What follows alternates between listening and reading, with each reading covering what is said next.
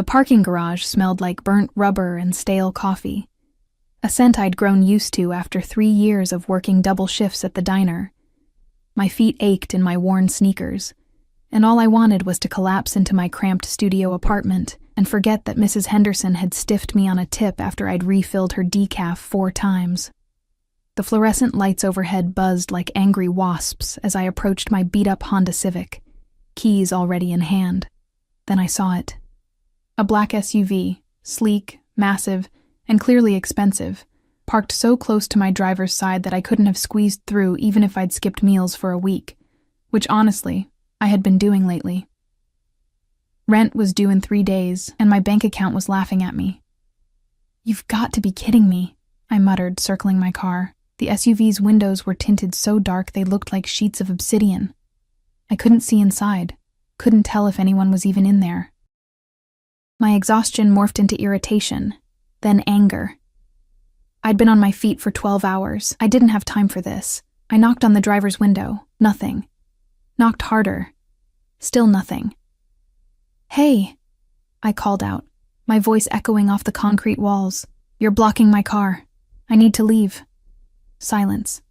The kind that feels deliberate. That's when something snapped inside me. Maybe it was the accumulated weight of every condescending customer, every unpaid bill, every time I'd smiled through gritted teeth while someone treated me like I was invisible. I was so tired of being invisible. I banged on the window with my fist. "I know you can hear me in there. Move your car, or I'm calling." The door opened. I stumbled back, heart suddenly hammering against my ribs. A man stepped out. No, that wasn't quite right. He didn't step. He emerged, like darkness taking human form, tall, probably 6'3", with broad shoulders that filled out his black suit jacket in a way that suggested both money and danger.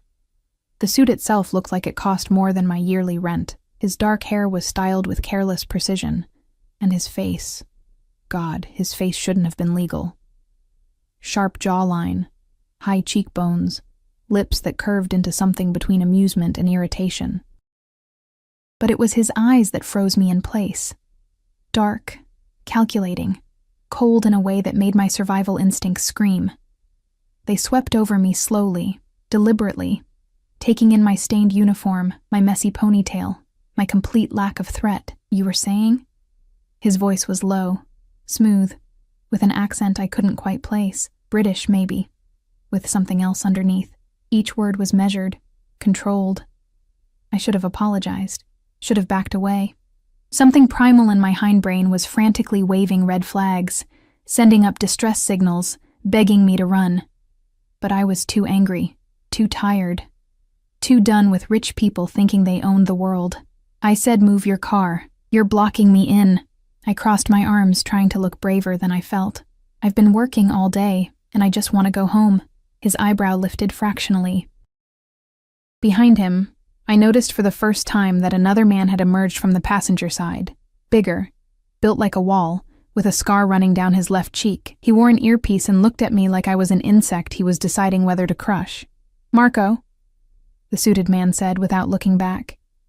"Give the lady some space." Marco, the wall with a scar, took a step back, but didn't leave. His hand rested near his jacket, in a way that made my mouth go dry. Did he have a gun? Jesus Christ, did he have a gun? "I apologize for the inconvenience," the man continued, turning those unsettling eyes back to me. My driver wasn't paying attention to spacing. "Your driver?" I glanced back at the SUV. Through the windshield, I could now make out a third figure behind the wheel. 3 men. 3 men in an expensive SUV with tinted windows in an underground parking garage at 11 at night. What the hell had I just done? "Yes." He took a step closer, and I caught his scent. Cedar and something darker, more expensive. The kind of cologne that came in bottles without price tags. "You're very brave, you know, or very foolish. I haven't decided which." "I'm neither," I said, hating how my voice shook slightly. "I'm just tired." Something flickered across his face. Interest, maybe, or recognition of something. His gaze traveled from my face down to my name tag, lingering there. "Emma," he read aloud. my name sounding different in his mouth, intimate somehow. "You work at Rosie's Diner." It wasn't a question. The way he said it made my skin prickle with unease. "How did you—" "The logo on your uniform," he nodded toward my chest, where Rosie's curling script was embroidered in faded red thread, but something in his tone suggested he'd already known, had already looked me up in the 3 seconds it took him to exit his vehicle. "Right." I swallowed hard. "So, can you move your car or not?" He studied me for a long moment, head tilted slightly, like I was a puzzle he was trying to solve. The parking garage suddenly felt smaller, the air thicker. Marco shifted his weight, and the movement drew my attention to the definite bulge under his jacket. Oh God, these weren't just rich jerks. These were dangerous rich jerks, of course, the man finally said. He pulled out a phone. No, phones, plural. 2 sleek devices emerged from his pocket. He checked one briefly, his expression darkening at whatever he saw on the screen, before tucking both away. "Marco, move the vehicle, now." "Sir." Marco started, his voice gravelly. "Now." Marco's jaw tightened, but he obeyed. The way he obeyed, instant, absolute, sent another chill down my spine. This wasn't an employer-employee relationship. This was something else entirely. The man remained standing there, watching me. I should have gotten in my car the moment Marco climbed into the SUV. Should have locked my doors and driven away without looking back, but I couldn't move. Couldn't look away from those dark eyes that seemed to see straight through my exhaustion, my anger, my fear, down to something deeper. "You should be more careful," he said softly, and there was something almost concerned in his tone. No, that couldn't be right. Yelling at strangers in parking garages. "You don't know who you might encounter. I can handle myself," I lied. His lips curved into something that might have been a smile if it had contained any warmth. "Can you?" The SUV's engine purred to life, a sound more suited to a predator than a vehicle. It pulled back smoothly, efficiently, leaving my pathetic Honda suddenly visible in all its dented glory. The contrast was almost comical. "There," he said, "you're free to go." But he didn't move, didn't step back to give me space. Instead, he reached into his jacket. My heart nearly stopped, and pulled out a business card. Black, expensive looking, with silver lettering. "If you ever need anything," he held it out toward me. "Call this number." I stared at the card like it might bite me. "Why would I need anything from you?" "You never know." He pressed it into my palm before I could protest, his fingers brushing against my skin. They were warm, surprisingly warm for someone who seemed so cold. The touch lasted a fraction too long, and I felt it all the way up my arm. The world is more dangerous than a girl like you realizes. A girl like me. The condescension in those words should have made me furious, but instead I felt something else, something uncomfortable and unwelcome that made my stomach flutter. I looked down at the card. No name, just a phone number in elegant silver script. The cardstock was heavy, expensive, the kind that whispered money and power. When I looked up again, he was already walking away, Marco falling into step beside him. They moved with synchronized precision toward the elevator at the far end of the garage.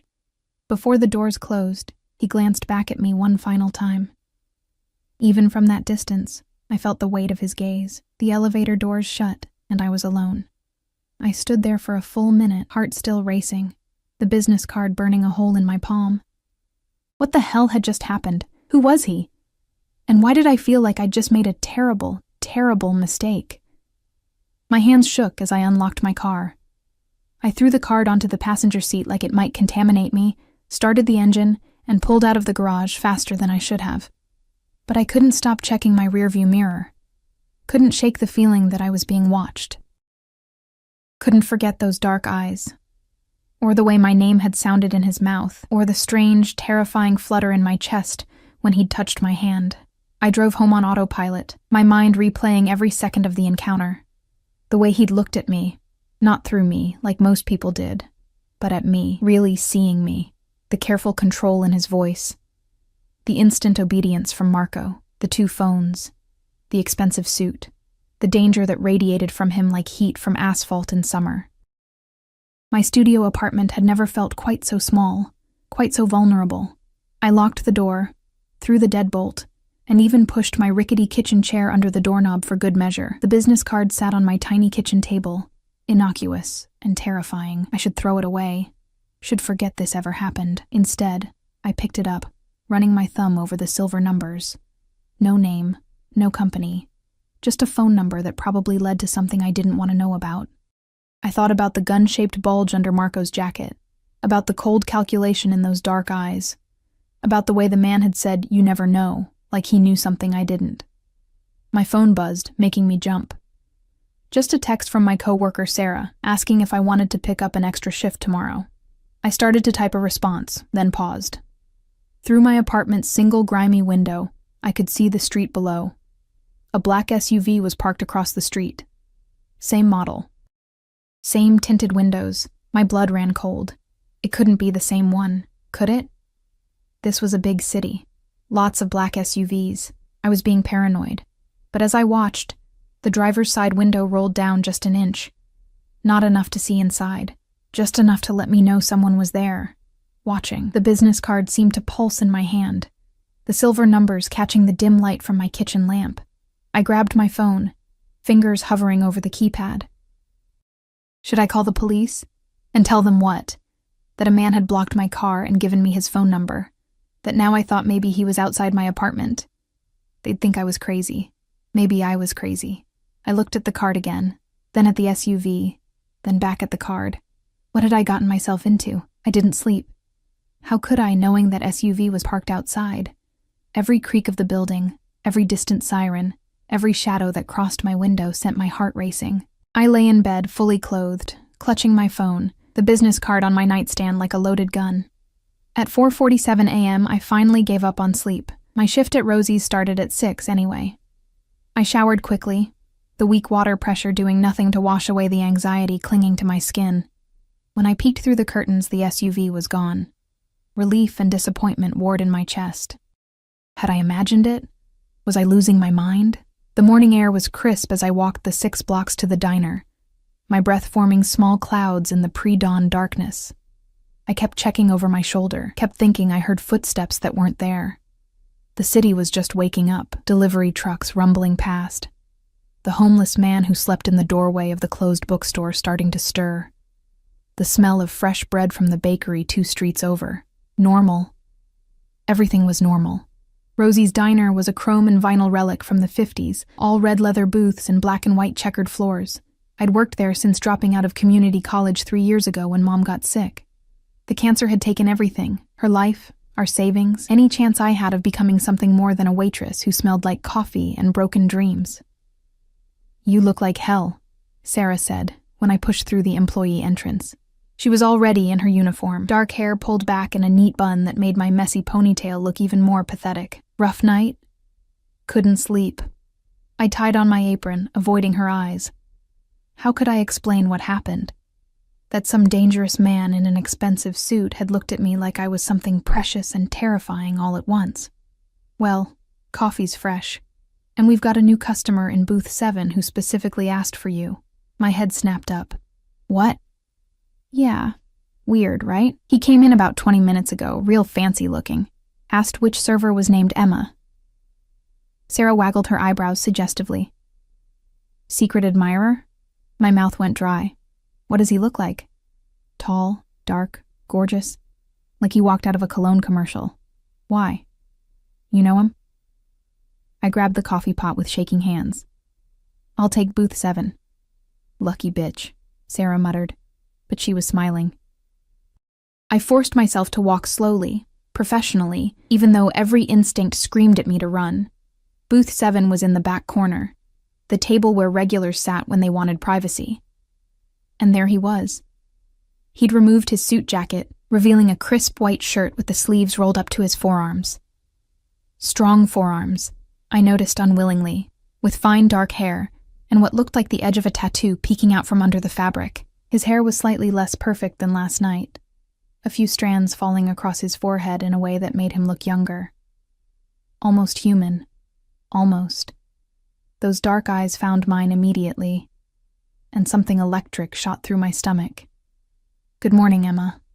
He said my name like he'd been practicing, like he enjoyed the shape of it in his mouth. "What are you doing here?" The words came out sharper than I intended.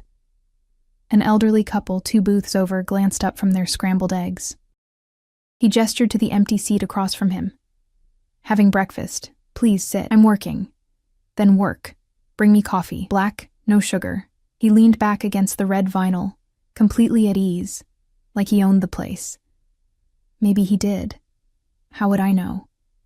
"And whatever you recommend. The pancakes are good." My hand tightened around the coffee pot. "How did you know I worked mornings?" "I didn't. I've been here since 5. He said it casually, like it was perfectly normal to stake out a diner before dawn. "Waited to see if you'd show up. Lucky guess on the shift." 3 hours. He'd been waiting 3 hours. "That's..." I started, then stopped. Creepy, obsessive, terrifying, all of the above. But the words stuck in my throat, weighted down by the intensity of his gaze. "Thorough," he finished for me. "I'm thorough in everything I do, Emma."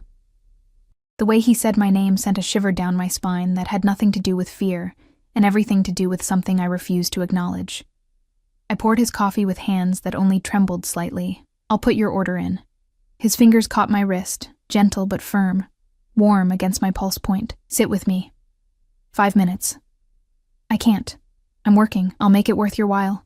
He released my wrist but pulled out his wallet, extracting several crisp $100 bills and laying them on the table.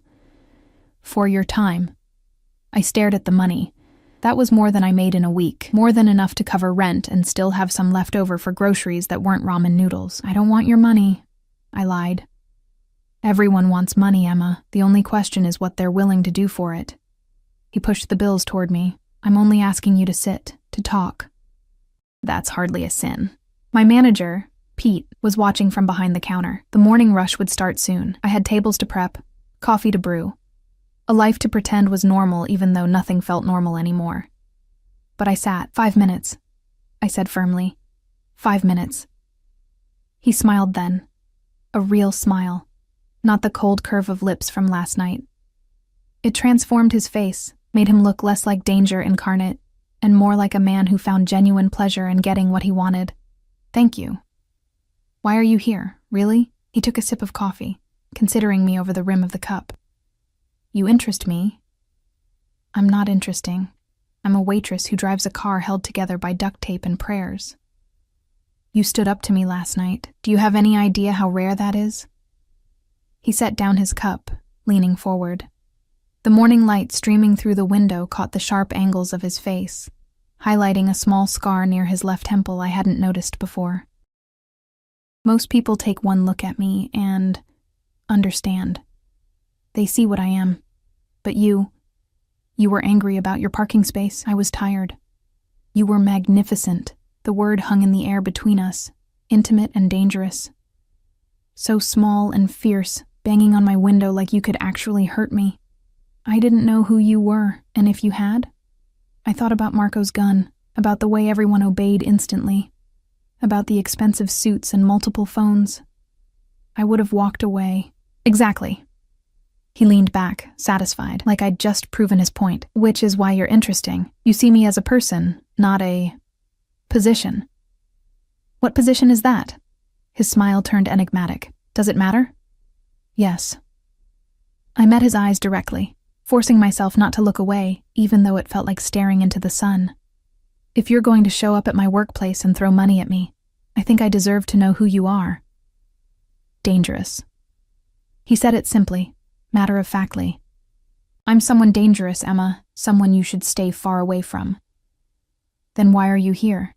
Because I can't seem to help myself. The admission seemed to surprise him as much as it surprised me. He ran a hand through his dark hair, disrupting those perfect strands further. I went home last night fully intending to forget about the tired girl in the parking garage, but I couldn't. I kept thinking about the way you looked at me. Not with fear, not with calculation, but with honest anger because I'd inconvenienced you. Most people would find that annoying, not attractive. I'm not most people. He picked up one of the $100 bills, holding it up to the light. "And I don't think you are either, despite what you tell yourself. You're drowning here, aren't you? Working yourself to exhaustion for scraps. When was the last time you did something just because you wanted to?" The question hit too close to home. I stood abruptly, the vinyl booth squeaking under me. "My 5 minutes are up. Emma, what do you want from me?" The words came out louder than I intended. Pete was definitely watching now, and Sarah had stopped wiping down tables to stare. "Because this, whatever this is, I can't. I don't know what game you're playing, but I'm not a toy." Something dark flashed across his face. He stood too. And even though we were in a public diner in broad daylight, I felt suddenly aware of how much bigger he was, how much power coiled in that lean frame. "I don't play games." His voice was low, controlled, but I heard the edge in it. "And I don't treat people like toys. What I want—" He stopped, jaw tightening, as if fighting some internal battle. "What I want is to know you, to understand why I can't stop thinking about you. You don't even know me. Then let me." He stepped closer, close enough that I could smell that cedar and smoke scent again, see the flecks of gold in his dark eyes. "Have dinner with me. One dinner. If you hate every second of it, I'll disappear. You'll never see me again. And if I say no, then I'll disappear anyway." But the way he said it, the way his eyes traced over my face like he was memorizing every detail, told me he didn't believe I'd say no. "But I don't think you will. Why not?" He reached out slowly, giving me time to pull away, and tucked a loose strand of hair behind my ear. His fingers lingered against my cheek for just a heartbeat. "Because you're just as curious as I am. Because your life is suffocating you and I'm offering air. Because when I touched your wrist, your pulse jumped." I hated that he was right. Hated that some traitorous part of me wanted to say yes, wanted to see what would happen if I took this dangerous man's hand and let him pull me into whatever dark world he inhabited. "I don't even know your name," I whispered. He smiled.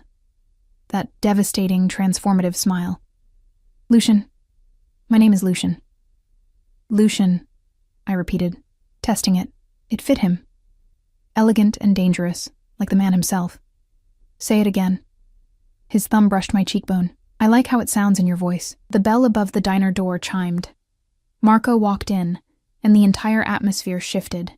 He scanned the room with those predatory eyes, assessing threats, calculating exits. His hand rested inside his jacket, on a gun, I was now certain. Lucian dropped his hand immediately, stepping back to put appropriate distance between us. But his eyes never left my face. "Sir," Marco said quietly, "we need to go. Antonio called. There's a situation." Something dangerous flickered across Lucian's expression, something that made Marco tense, made the elderly couple suddenly very interested in their check, made the hair on my arm stand up. "I see." Lucian's voice had gone cold again, all the warmth from moments before evaporating. He was back to being the man from the parking garage, controlled, calculating, lethal. "Tell him I'm on my way." Marco nodded and retreated to wait by the door, but his eyes kept sweeping the diner, kept coming back to me like I was a threat that needed monitoring. Lucian picked up his suit jacket, shrugging it on with practiced ease. The transformation was complete. The almost human man who'd smiled at me was gone, replaced by someone who commanded rooms just by existing in them. He laid the $100 bills on the table, then added several more. "For the coffee, I won't be drinking. And for your time. I told you I don't want. Take it, Emma. Pride doesn't pay rent." He started to walk away, then paused, turning back. "Dinner. Tomorrow night, 7 o'clock. I'll pick you up." I didn't say yes. You didn't say no. He smiled, but it didn't reach his eyes anymore. "I'll see you tomorrow." And then he was gone, Marco falling into step beside him as they exited the diner. Through the window, I watched them climb into the same black SUV from last night. It pulled away smoothly, disappearing into morning traffic. I stood there, surrounded by the smell of coffee and bacon, holding a table full of $100 bills that felt like a contract I hadn't agreed to. Sarah appeared at my elbow. "Holy shit, Em. Who was that?" "I have no idea." It was mostly true. I knew his name, knew he was dangerous, Knew he made my heart race in ways that had nothing to do with fear. But I didn't know who he really was, what he really wanted, why he'd chosen me. I counted the money with shaking hands. $800. More than my rent. More than I'd seen in one place since Mom's life insurance had run out. Pete called my name. Tables were filling up. The morning rush was starting. Life was demanding I return to normal. But as I slipped the bills into my apron pocket, as I forced my smile back into place and grabbed the coffee pot, I knew normal was over. Lucian had made sure of that. And the worst part? The absolutely terrifying part? I was already looking forward to tomorrow night. I spent all of the next day convinced he wouldn't show up. Why would he? Men like Lucian, dangerous, wealthy, powerful men who commanded obedience with a glance, didn't actually follow through on dinner invitations to waitresses. The money had been his way of apologizing for whatever bizarre impulse had made him seek me out. By now, he'd probably forgotten I existed. That's what I told myself as I used $200 of those dollars to pay my landlord, as I bought actual groceries for the first time in months, as I stood in front of my pathetic closet at 6:30 that evening, trying to find something, anything, suitable for dinner with a man who wore suits worth more than my car. I settled on a simple black dress I'd worn to Mom's funeral 3 years ago. It was the only remotely nice thing I owned, even if it hung a bit loose now. I'd lost weight I couldn't afford to lose, working doubles and skipping meals. The dress whispered of grief and desperation, but it would have to do. My hands shook as I applied mascara, my only makeup besides a drugstore lipstick that was probably expired. I looked pale, tired, ordinary. What did Lucian see when he looked at me? What could someone like him possibly want from someone like me? At 6:58, I heard the engine. Not the rough cough of normal cars, but a smooth, predatory purr that made my stomach clench. I looked out the window and saw it, a different SUV this time, sleek and silver instead of black, but just as expensive, just as intimidating. Lucian emerged from the back passenger door. He wore another suit, this one charcoal gray that looked liquid in the early evening light. His hair was styled back, revealing the sharp planes of his face, and even from my fourth-floor window, I could see the intensity in his dark eyes as he looked up at my building. Marco climbed out from the driver's seat, surveying the street with practiced wariness. A third man I didn't recognize emerged from the front passenger side. Younger than Marco, but built the same way, all muscle and vigilance. My intercom buzzed, making me jump. This was insane. I should pretend I wasn't home. Should let him stand there until he gave up and left. Should protect myself from whatever this was. Instead, I pressed the button. Hello? Emma. Even through the tinny speaker, his voice sent shivers down my spine. I'm here. I can see that. I pressed my forehead against the wall, closing my eyes. Lucian, don't think, just come down, please. That please shouldn't have affected me. It was just a word. But the way he said it, like it cost him something, like he wasn't used to asking instead of commanding. I grabbed my thin coat, inadequate for the cooling evening but all I had, and headed downstairs. The building's front door stuck like it always did. I had to shoulder it open, nearly stumbling onto the sidewalk in my only pair of heels. Lucian's hand shot out, catching my elbow, steadying me. Careful.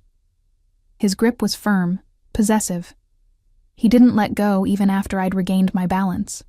The door sticks, I said stupidly, hyper-aware of his hand on my arm, the heat of his body close to mine, the way Marco and the other man watched us with unreadable expressions. We'll have to fix that. Lucian said it like a fact, not a suggestion, like he'd already decided to add my broken door to his list of problems to solve. It's not your building. Not yet. He smiled slightly, then seemed to really look at me for the first time. His eyes traveled from my face down to my dress, then back up, and something heated flickered in their depths. You look beautiful. I almost laughed. Beautiful was Sarah with her perfect hair and curves in all the right places. Beautiful was the kind of women men like Lucian probably dated. Models, actresses, heiresses. I was a tired waitress in a funeral dress. You don't have to lie. I don't lie. He said it with such conviction that I almost believed him. And you are beautiful. Especially when you blush like that. I hadn't realized I was blushing until he pointed it out, which only made it worse. Can we just go? Of course. He guided me toward the SUV, his hand moving from my elbow to the small of my back. Marco had already opened the rear door, standing beside it like a sentinel. After you. The interior smelled like leather and money. The seats were cream-colored, pristine, probably worth more than everything I owned combined. I slid across the smooth surface, and Lucian followed, settling beside me closer than strictly necessary. Marco closed the door, sealing us in. The younger man was already in the driver's seat. He met my eyes in the rearview mirror briefly before looking away, jaw tight. "This is Victor," Lucian said, nodding toward the driver. "He'll be taking us to the restaurant. Marco will follow in the other vehicle." "Why do you need 2 cars?" The question slipped out before I could stop it. Lucian's expression didn't change, but something flickered behind his eyes. Security. Security from what? From people who would hurt me, or take what's mine. His hand found mine on the seat between us, fingers intertwining with mine before I could pull away. "The world I live in isn't safe, Emma. I need to be careful." "Then why bring me into it?" My voice came out smaller than I intended. "Why risk making me a target just by being seen with you, because some risks are worth taking?" He lifted our joined hands, pressing a kiss to my knuckles that made my breath catch. "And because anyone who tried to hurt you would regret it very, very much." The promise in his voice should have frightened me. Instead, it sent a thrill through my body that I didn't want to examine too closely. Victor pulled into traffic with smooth precision, Marco's black SUV falling in behind us. The city lights blurred past the tinted windows as we drove through neighborhoods that grew progressively nicer, away from my rundown area, with its boarded-up shops and graffitied walls, toward the glittering downtown, where people wore clothes that cost more than my monthly salary. "Where are we going?" I asked. "Bianchi's." I'd heard of Bianchi's. Everyone had. It was the kind of restaurant that required reservations months in advance, where celebrities and politicians dined, where a single meal cost more than I made in a week. The kind of place that would take one look at my funeral dress and broken heels and ask me to leave. "I can't go there," I said, panic rising in my chest. "I'm not dressed for, you're with me." Lucian's thumb stroked across my knuckles, soothing and possessive. "That's all that matters. Easy for you to say. You belong in places like that. I belong nowhere." The words came out harsh, edged with something dark. "I've spent my entire life fighting for every scrap of respect, every inch of territory. The only difference between you and me is that I learned to look the part." I studied his profile, the strong nose, the sharp jawline, the slight curve of his lips that suggested both cruelty and tenderness. "Who are you really? What do you do? Does it matter?" "Yes. Because I have a feeling if I Google your name, I won't like what I find." He turned to face me fully, his dark eyes intense in the dim interior light. "Then don't Google it. Don't ask questions you don't want answers to. Just let tonight be what it is. 2 people having dinner. That's not what this is." "No," he agreed softly. "It's not. But we can pretend, can't we? Just for a few hours?" The SUV pulled up in front of Bianchi's, an elegant building with warm lighting spilling from tall windows, a doorman in a burgundy uniform, people in evening wear ascending the wide stone steps. My panic spiked. "Lucian, I really can't."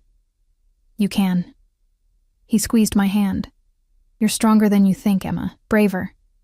You proved that in the parking garage. That was different." I was angry, not thinking clearly. "Exactly. You weren't thinking about status or money or who I might be. You were just you. That's what I want tonight. Just you, being yourself." Victor had already exited and opened my door. Marco's vehicle had parked across the street, and I could see him watching through the windshield, hand no doubt resting on whatever weapon he carried. I had 2 choices: stay in the car like a coward, or take Lucian's offered hand and step into a world I didn't belong in. I took his hand. The evening air was cooler now, carrying the scent of expensive perfume and car exhaust. Lucian kept his fingers laced with mine as we climbed the steps, as the doorman opened the heavy glass door with a murmured, "Good evening, Mr. Volkov." Volkov. So that was his last name. Lucian Volkov. The name tugged at something in my memory, something I'd heard on the news maybe, or overheard at the diner. But before I could grasp it, we were inside. The restaurant was even more beautiful than I'd imagined.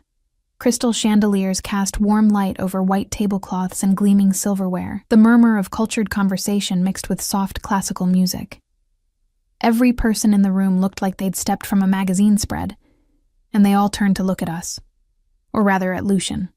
I felt it immediately, the shift in atmosphere, the way conversations paused mid-sentence, the way the maitre d' rushed forward with a practiced smile that didn't quite reach his eyes. "Mr. Volkov, how wonderful to see you again. Your table is ready." "Thank you, Antonio." Lucian's hand tightened slightly on mine as he guided me through the restaurant. People watched us pass.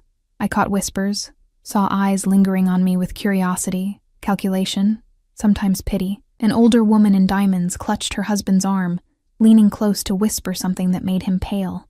What had I walked into? Our table was in a private alcove at the back of the restaurant, secluded, intimate, with a clear view of the entrance and exits. Lucian pulled out my chair himself, his hands brushing my shoulders as he helped me sit. "You're making people nervous," I whispered, once he'd taken the seat across from me. "I always do." He picked up the wine list, scanning it with practiced ease. "They'll settle down in a moment. Why? Who do they think you are?" He set down the wine list, meeting my eyes directly. "They know exactly who I am, Emma. The question is whether you're ready to know." My mouth went dry. "Tell me." "After dinner." He signaled to a hovering waiter. "For now, let's just enjoy the evening. Have you ever had ossobuco? I don't even know what that is." His smile was genuine, warm. "Then you're in for a treat." The next hour passed in a surreal haze. Lucian ordered in Italian, the words rolling off his tongue like music. The food that arrived was art on plates, delicate, expensive, nothing like the greasy diner fare I served every day. He watched me taste everything, seeming to take pleasure in my reactions. "You're not eating much," I observed. His own plate sat mostly untouched while he'd encouraged me to try everything. "I'm enjoying watching you." He leaned back in his chair, wine glass dangling from his fingers. "You experience things so fully. Like that first bite of the risotto. Your whole face lit up. It's good risotto. It's adequate risotto, but seeing you enjoy it makes it extraordinary." He set down his glass, reaching across the table to take my hand again. "Tell me about yourself, Emma, the real things, not the surface details. There's not much to tell. I work at a diner. I live alone." I stopped, not wanting to mention Mom, not wanting to bear that wound to this dangerous stranger. "You what?" His thumb traced circles on my palm, encouraging. "I used to want things," I admitted quietly. "College, a career, a life that was more than just surviving. But then my mom got sick, and everything else just stopped mattering. She passed away. It wasn't a question. 3 years ago. Cancer." I pulled my hand back, reaching for my water glass to have something to do. "After she died, I just couldn't seem to start again. It was easier to keep working, keep moving, than to face the fact that all my dreams died with her." Lucian was quiet for a long moment, his dark eyes studying me with an intensity that made me want to squirm. "You're drowning," he finally said. Slowly, quietly, but drowning nonetheless. "Maybe." I met his gaze. "And you're throwing me a rope that's probably attached to an anchor." He laughed, a real laugh that transformed his face, making him look younger, less dangerous, probably, but at least it would be a beautiful way to drown. "That's not funny." "No, it's not." His expression sobered. "Emma, I want to be honest with you. More honest than I've been with anyone in years." My heart started racing. "Okay. I'm not a good man. The things I do, the life I live, it's not legal, it's not moral, and it's not safe." He leaned forward, his voice dropping lower. "But from the moment you banged on my car window, I haven't been able to think about anything else. You've gotten under my skin in a way that's dangerous for both of us. What are you saying? I'm saying that I want you, Emma.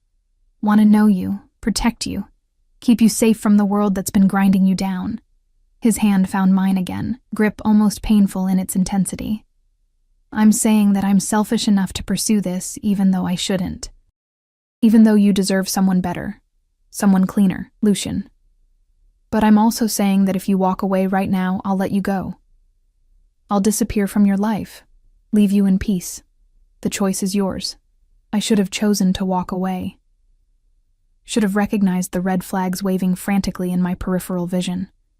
Should have understood that men like Lucian Volkov, men who needed security details and made restaurant patrons nervous, were nothing but trouble.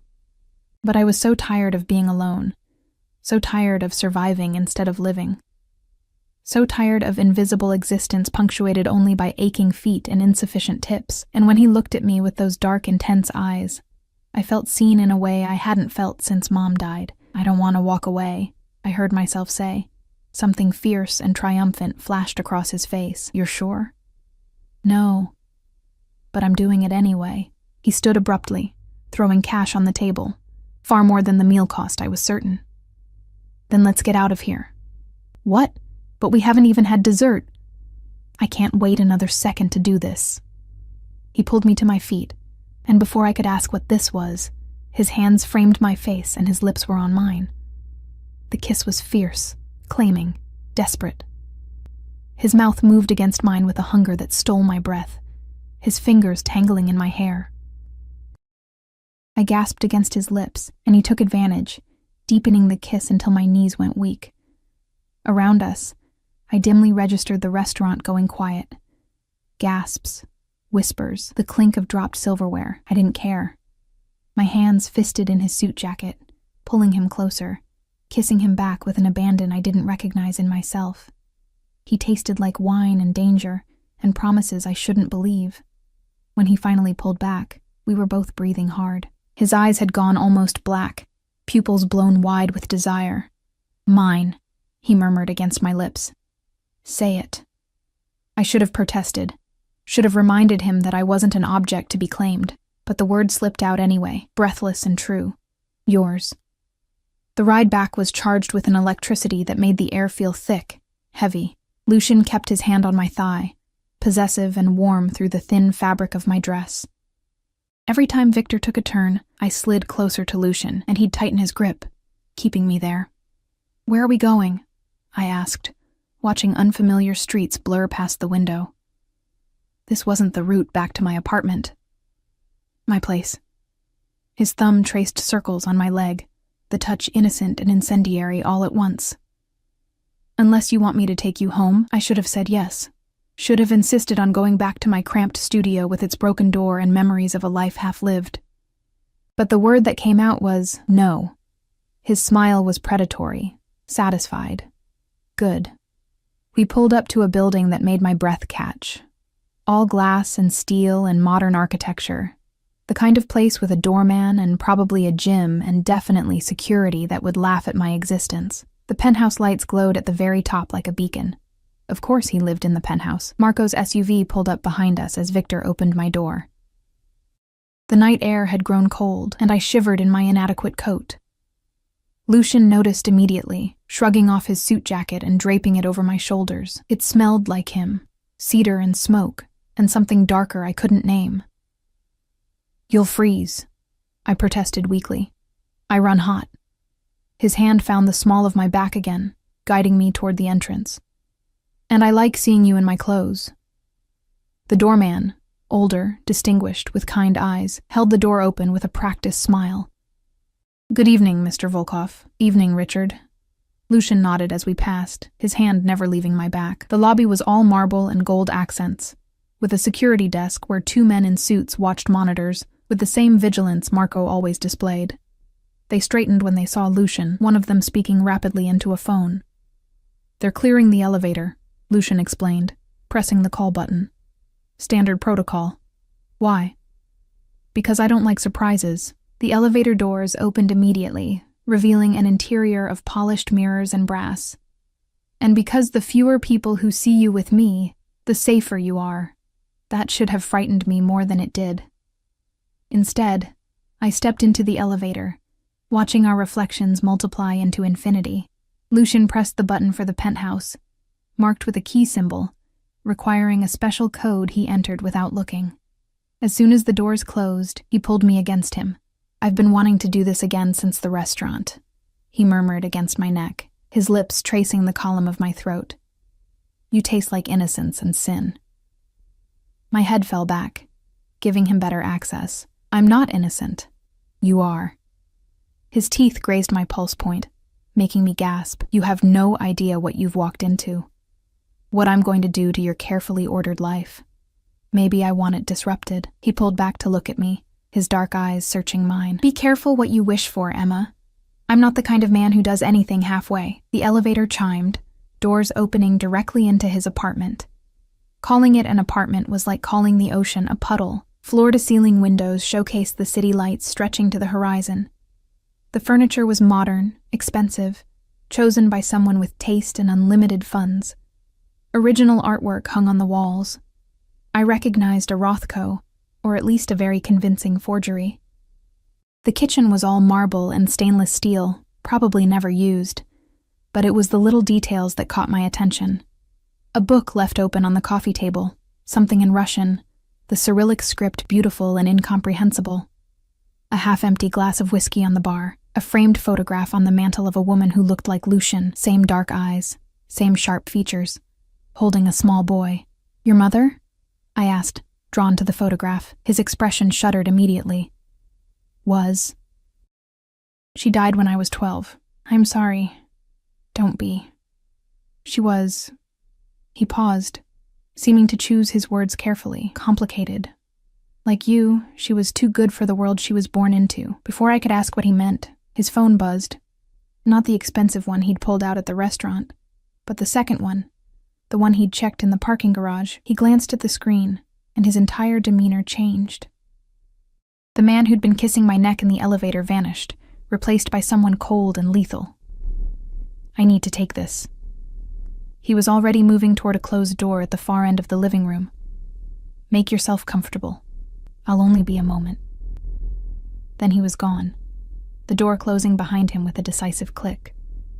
I stood alone in the vast space, Lucien's jacket still draped over my shoulders, feeling completely out of place.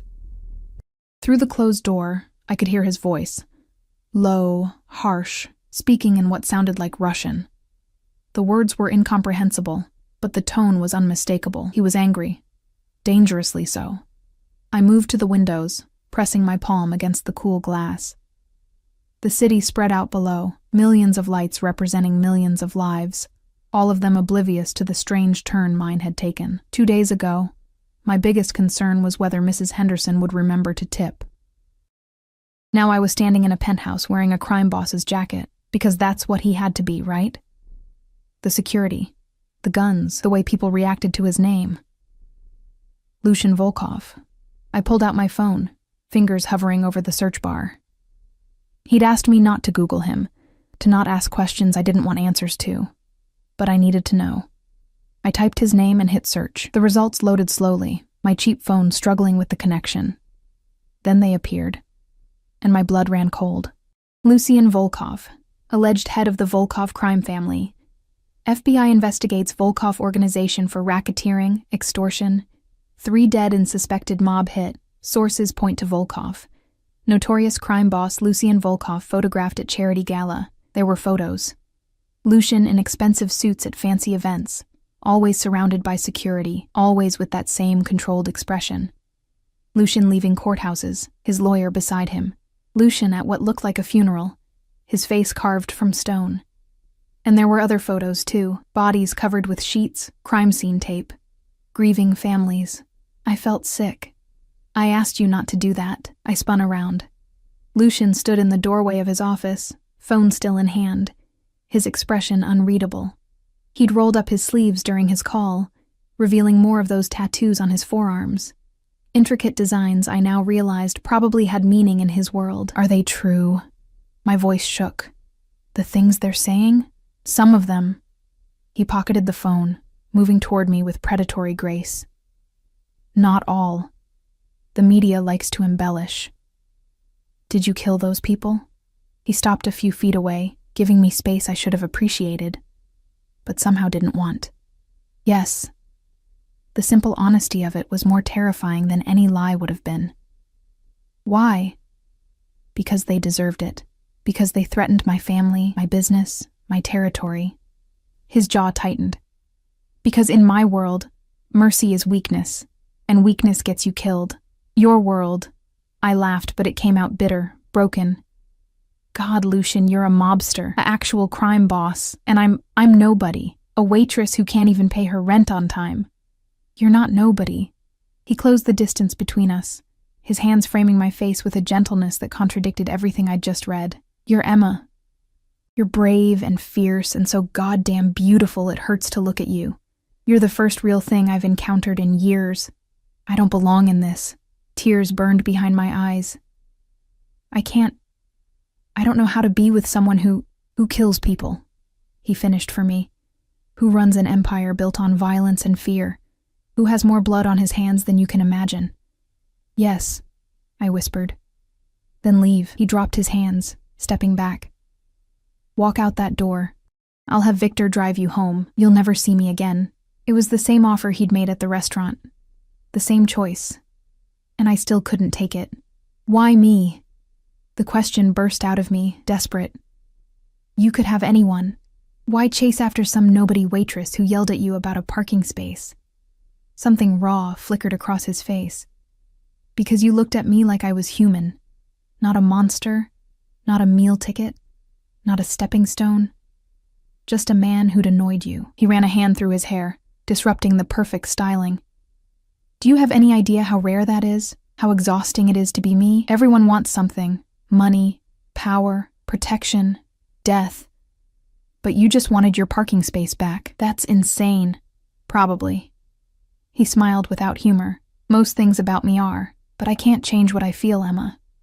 And I've felt more in the 2 days since meeting you than I have in years. What do you feel? He moved closer, slowly, giving me time to retreat. I didn't.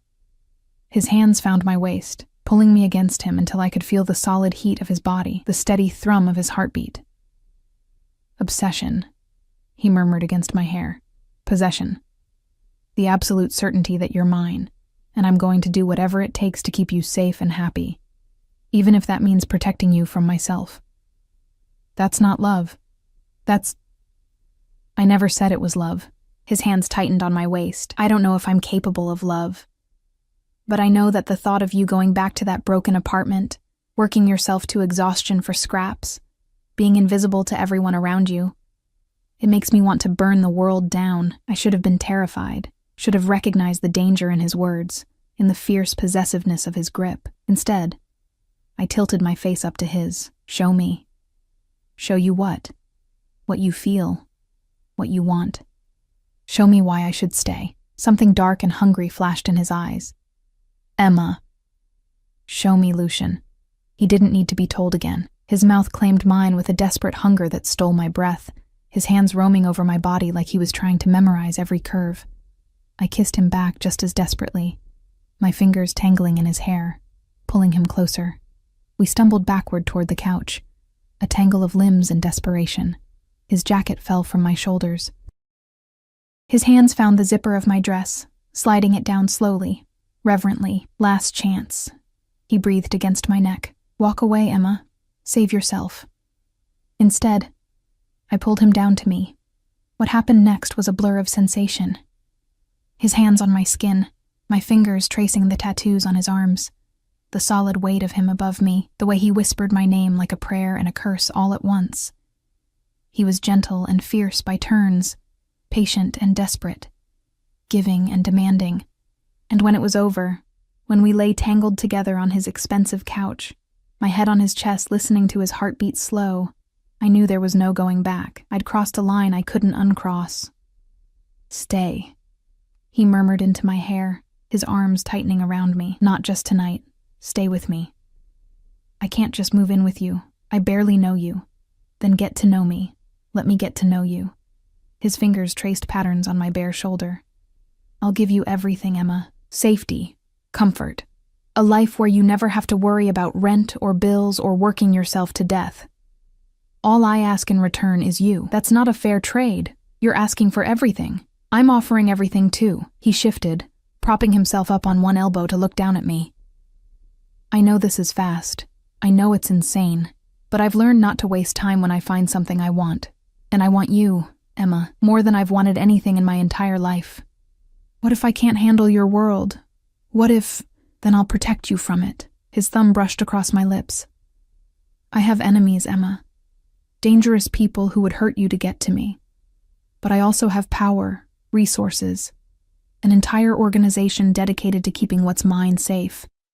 And you're mine now. Whether you live here or in that apartment with the broken door, you're mine. And I protect what's mine. The possessiveness in his voice should have frightened me. Instead, it sent a thrill through my exhausted body. I need to think, I said finally. This is too much. Too fast. I need time to... My phone buzzed from somewhere in the tangle of discarded clothes, then buzzed again. And again. Lucian reached down, fishing it from my coat pocket and handing it to me with a raised eyebrow. The screen showed 12 missed calls from Sarah and 3 frantic texts. Em, where are you? The diner was robbed tonight. Pete got hurt bad. Please tell me you weren't there. Please call me. My blood went cold. Oh God. What is it? Lucian sat up immediately, all business, his hand finding my shoulder. The diner. Someone robbed it. My manager. I was already scrambling for my clothes, fingers shaking so badly I could barely manage the zipper. I need to go. I need to make sure Sarah's okay, and Pete, I'll take you. Lucian was already dressed, moving with efficient speed. He pressed a button on his phone. Victor, bring the car around. Now. You don't have to. Emma. He gripped my shoulders, forcing me to meet his eyes. You're mine now. That means your problems are my problems. Your people are my people. Let me help. I nodded, unable to speak past the fear clogging my throat. The ride to the diner was tense and silent. Marco's SUV followed close behind, and I could see him speaking rapidly into his phone through the rear window. Lucian kept his hand in mine, his grip almost painful, his jaw tight.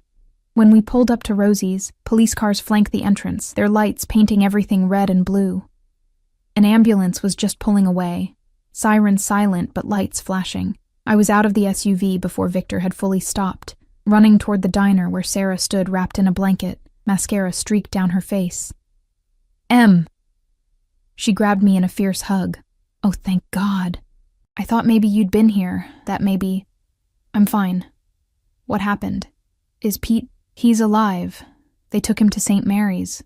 Got hit in the head pretty bad when he tried to stop them. She pulled back, wiping at her eyes. It was 3 guys.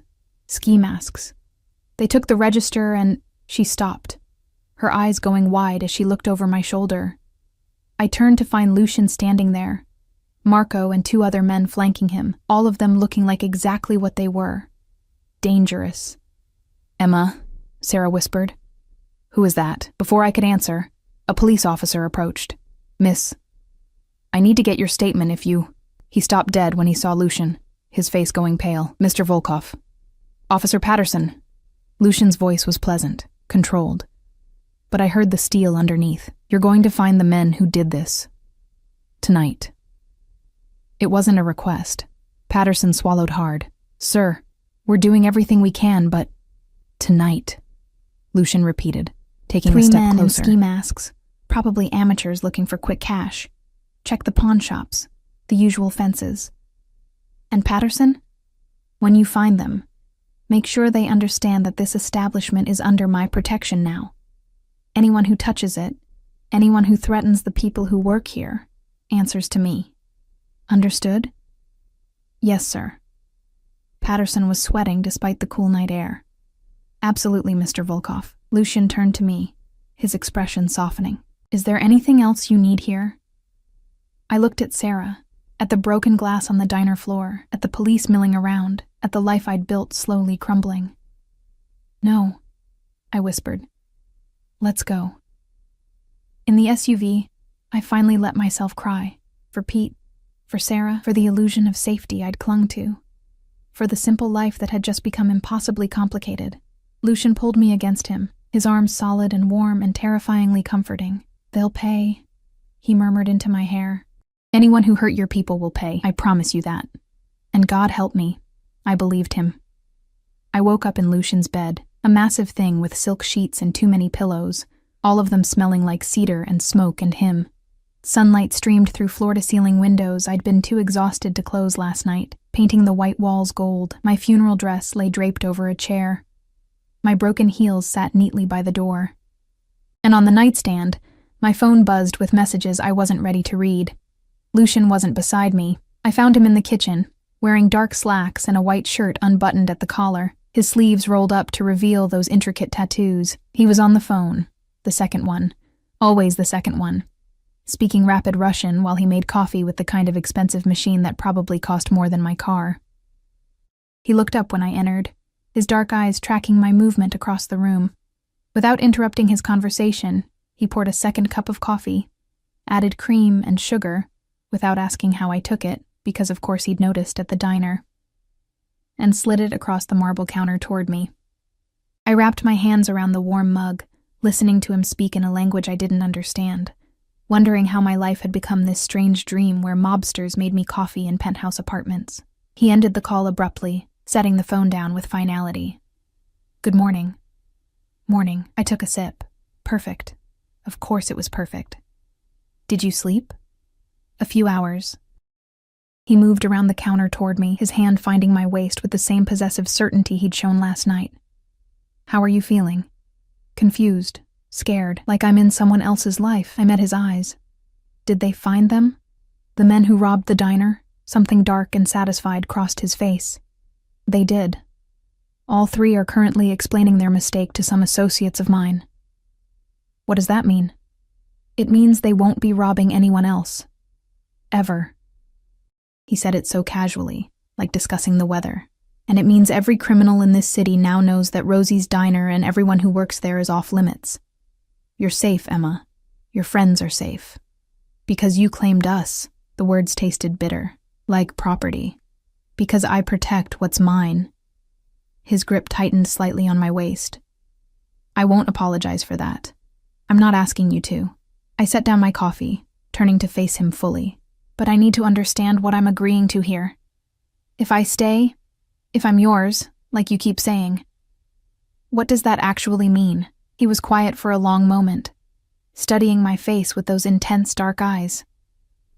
Then he took my hand, leading me to the living room, to the couch where we'd tangled together last night. "It means you move in here," he said, pulling me down beside him. "It means you quit working at the diner. Or you keep working if that's important to you. But you never have to worry about money again. It means I give you everything you need, everything you've gone without since your mother died. And what do you get? You." He said it simply, like it was obvious. "Your time, your attention, your presence in my life. I want to come home to you, want to wake up beside you, want to know that in all the darkness and violence and chaos of my world, there's one pure thing waiting for me. I'm not pure, Lucian. I'm just ordinary. You're extraordinary." His thumb brushed across my knuckles. "And yes, there are rules.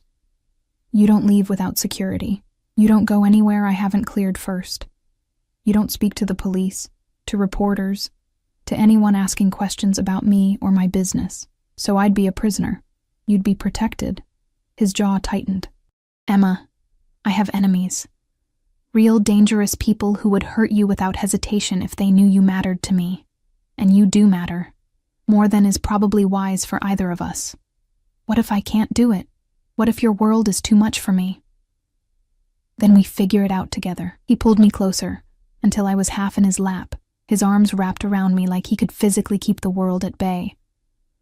"I'm not saying this will be easy, but I'm saying I'll do everything in my power to make you happy, to give you the life you deserve." My phone buzzed again. This time I looked at it. Sarah had sent 15 messages, each one more frantic than the last. The most recent simply said, "Please be okay. Love you." "I need to talk to Sarah," I said. "She's worried." "Invite her here, for lunch. Let her see that you're safe." kissed my temple. And Emma?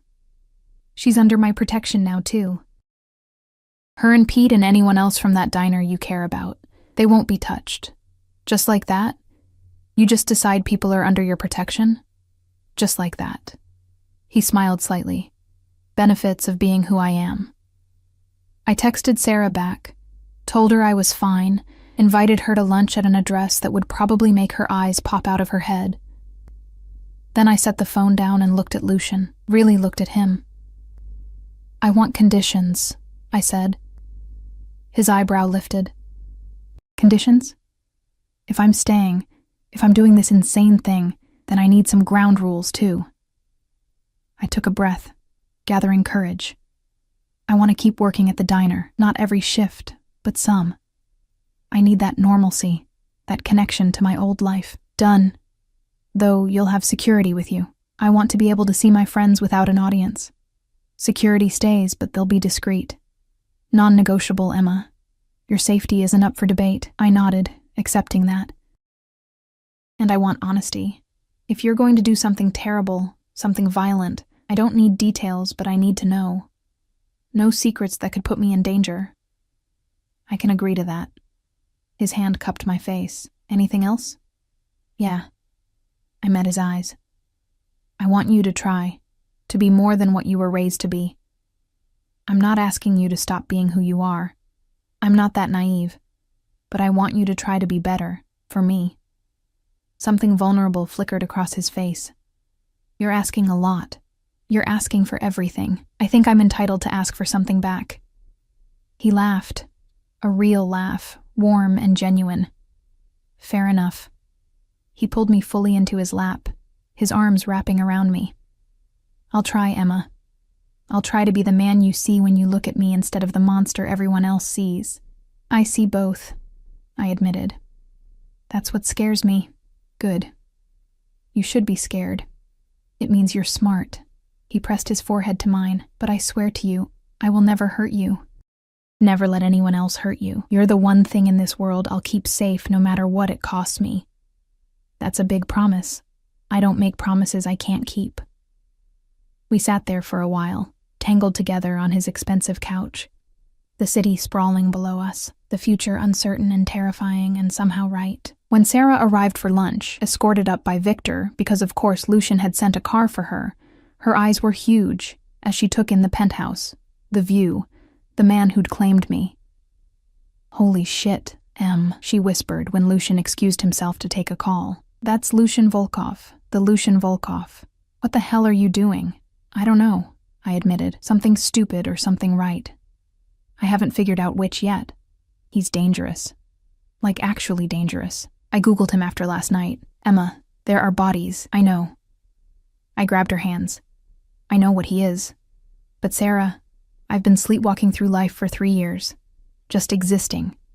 Just surviving. And he makes me feel alive again. Is that worth the risk? I don't know. But I think I need to find out. She studied my face for a long moment, then sighed. You're glowing. I've never seen you glow before. It's terrifying and kind of beautiful. She pulled me into a hug. Just promise me you'll be careful, and that you won't forget about us regular people down here in reality. Never, I promised. You're stuck with me. Lunch was surprisingly normal. Lucian ordered in from somewhere expensive, and he was charming with Sarah, careful not to show the darker side I knew lurked beneath his surface. He asked about Pete, assured her the hospital bills would be covered, mentioned casually that the diner's broken windows would be replaced by the end of the week. After Sarah left, I found myself standing at those massive windows again, looking out at the city that suddenly felt both bigger and smaller than it had before. Lucian came up behind me, his arms wrapping around my waist, his chin resting on my shoulder. What are you thinking? That my life was very small 2 days ago, and now it's terrifyingly large. I leaned back against him, that I should be running as fast as I can. But I'm not. Why aren't you? Because I'm tired of being invisible. And when you look at me, I feel seen. I turned in his arms to face him. That's probably not a good enough reason to upend my entire life for a mobster, but it's the truth. It's good enough for me. He kissed me softly, sweetly. Nothing like the desperate hunger of last night. This was a promise, a beginning. Welcome home, Emma. Home. The word settled into my chest, warm and terrifying and right. The next few weeks were a blur of adjustment. I moved my pathetic possessions into Lucian's penthouse. It took exactly one trip, which was depressing and freeing all at once. He converted one of his spare rooms into a space for me, somewhere I could retreat when his world became too much. I kept working at the diner 3 days a week. Victor or Marco always nearby, but trying to be subtle about it. The other servers got used to seeing expensive SUVs parked outside. Customers whispered and stared, but no one bothered me. No one dared. Pete recovered slowly, and when he tried to thank me for the hospital bills being covered, I had to pretend I didn't know exactly who'd paid them. The diner installed a new security system. The neighborhood suddenly became safer, the usual troublemakers mysteriously leaving Rosie's alone. I learned Lucian's routines, the late-night calls he took in his office, the meetings with dangerous men who showed him deference bordering on fear, the way he'd come home sometimes with blood on his cuffs that we both pretended I didn't notice. He never brought his work home, never exposed me to the violence directly. But I knew. God, I knew. But I also learned softer things. That he read voraciously, mostly Russian literature I couldn't pronounce. That his mother had been a pianist, and he'd had her piano moved to the penthouse after she died, though he never played it. That he was terrified of thunderstorms, a fear he hid behind cold control, that he loved fiercely, protectively, with an intensity that sometimes overwhelmed me, and I learned that I loved him back. It happened gradually, then all at once. The way he'd learned my coffee order without asking. The way he'd track me across rooms with his eyes like he couldn't quite believe I was real. The way he'd hold me at night like I was the only thing anchoring him to humanity. The way he'd sit with me while I cried on the anniversary of Mom's death. Not offering platitudes, but just being there, solid and warm and present. 3 months after that night in the parking garage, I woke to find him watching me sleep, his dark eyes soft in the early morning light. "What?" I murmured, still half asleep. "I love you." He said it simply, like stating a fact. I know I shouldn't. I know it's dangerous for both of us. But I do. My heart stuttered in my chest. "Lucien, you don't have to say it back. I just needed you to know." He brushed hair from my face. "You've changed everything, Emma. Made me want to be better. To build something beyond violence and fear. You make me human." "I love you too," I whispered, the words feeling both terrifying and inevitable. I'm probably crazy, and this is definitely a disaster waiting to happen. But I love you. His smile was like sunrise, slow, beautiful, transforming. Then I guess we're both crazy, probably. I pulled him down to me, kissing him softly. But at least we're crazy together. 6 months later, Lucian took me back to that parking garage, the place where it all started. The place where I'd been too tired and angry to be afraid, where I'd yelled at a mobster about a parking space, and somehow found a life worth living. "I wanted to ask you here," he said, pulling a small box from his pocket, "where you first claimed me without even knowing it." My breath caught. "Lucian, I know this life isn't easy. I know you gave up safety and normalcy to be with me. But Emma, you've given me something I never thought I'd have, peace. Purpose beyond power." He opened the box, revealing a ring that glittered in the fluorescent lights. "Marry me. Be mine officially, completely. Let me spend the rest of my life protecting you, loving you, trying to be worthy of you."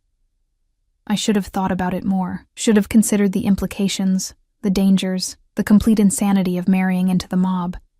Instead, I said, yes, because somewhere between anger in a parking garage and love in a penthouse, I'd stopped surviving and started living. And if that life came with danger and darkness and a man who killed people but looked at me like I hung the stars, well, I'd take it over invisible existence any day. He slipped the ring on my finger, a perfect fit, because of course he'd already had it sized, and kissed me with all the fierce possession I'd come to crave. Around us, the parking garage was just a parking garage, smelling of burnt rubber and stale coffee. But to us, it was the birthplace of something rare and dangerous and real. "I love you." he murmured against my lips. My fierce, beautiful Emma. I love you too, I whispered back. My terrifying, possessive mobster. He laughed, and the sound echoed off concrete walls, transforming the mundane space into something magical. We went home. To the penthouse that was now ours, to the life we'd built together, to the future that stretched ahead uncertain and dangerous in ours. And if sometimes I thought about the girl I'd been before, tired, invisible, drowning in an existence that barely qualified as living, I didn't mourn her. She'd needed to die so I could be reborn. In fire and darkness, in the arms of a man who'd burn the world down to keep me safe. It wasn't a normal love story, but it was ours. And that was enough.